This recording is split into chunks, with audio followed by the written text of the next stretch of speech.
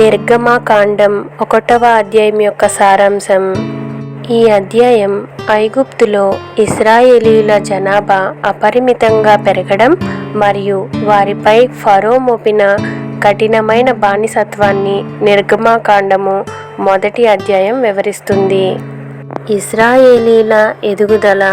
యాకోబుతో కలిసి ఐగుప్తుకు వచ్చిన కుటుంబం బాగా విస్తరించి ఐగుప్తు దేశమంతటా బలపడింది. కొత్త ఫరో అణిచివేత. యోసేపు గురించి తెలియని కొత్త రాజు అధికారంలోకి వచ్చి ఇశ్రాయేలీల జనాభా పెరుగుదలకు భయపడి వారిని బానిసలుగా మార్చి కఠినమైన పనులతో వేధించాడు. మంత్రసానుల భక్తి.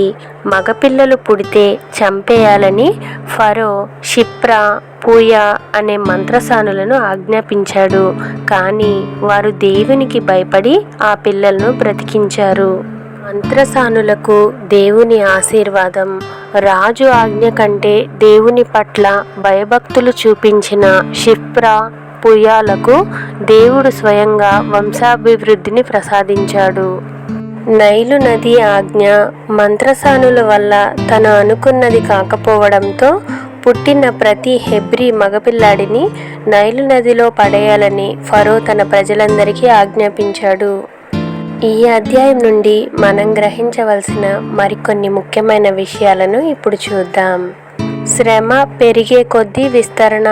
ఫరో ఎంతగా బానిసత్వంలో అణిచివేసినా ప్రజలు అంతగా అభివృద్ధి చెందారని ఈ అధ్యాయం చెప్తుంది. దేవుని నిబంధన నెరవేర్పు. అబ్రాహాముకు దేవుడు ఇచ్చిన వాగ్దానం ప్రకారం సంతానాన్ని విస్తరింపజేస్తానని. తీవ్రమైన కష్టాల్లో కూడా ఇశ్రాయేలీలు ఆశ్చర్యకరంగా పెరిగారు. విమోచనకు నాంది.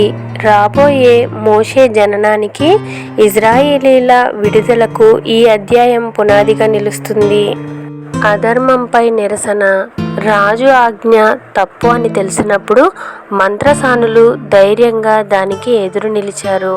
అన్యాయమైన ఆజ్ఞల కంటే నీతే ముఖ్యమని ఇది చెప్తుంది. చిన్న పాత్రల గొప్పతనం. సాధారణమైన మంత్రసానుల శ్రద్ధ, దేవుని పట్ల ఉన్న భయభక్తులే ఇశ్రాయేలు భవిష్యత్తును మార్చాయి.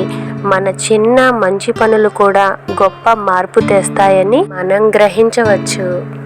అంధకారం ద్వారా వెలుగు.